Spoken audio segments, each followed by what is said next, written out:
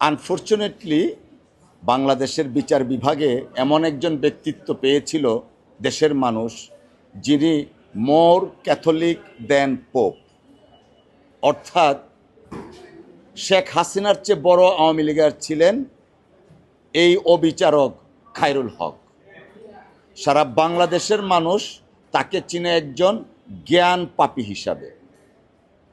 জ্ঞান পাপী কেন বললাম? জ্ঞান পাপী, এই মহামান্য সুপ্রিম কোর্টের পবিত্র জায়গায় সর্বোচ্চ চেয়ারে বসে তার স্বেচ্ছায়, যে কারণে বললাম মোর ক্যাথলিক দেন পোপ, স্বেচ্ছায় সজ্ঞানে উদ্দেশ্য প্রণোদিত হয়ে তত্ত্বাবধায়ক সরকার ব্যবস্থাকে বিলোপ করেছেন। তারপরের ইতিহাস প্রত্যেকেরই আমাদের জানা।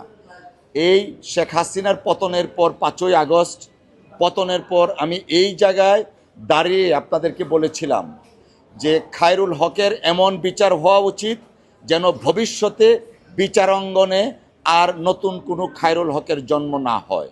পরবর্তীতে জানেন, আনফর্চুনেটলি বর্তমান শাসক গোষ্ঠীর গাফিলতি বা অনিচ্ছার কারণে দীর্ঘদিন খায়রুল হক গ্রেফতার হয়নি, যে কারণে আমরা বাংলাদেশ জাতীয়তাবাদী আইনজীবী ফোরামের পক্ষ থেকে বিভিন্ন কর্মসূচি নিয়েছিলাম।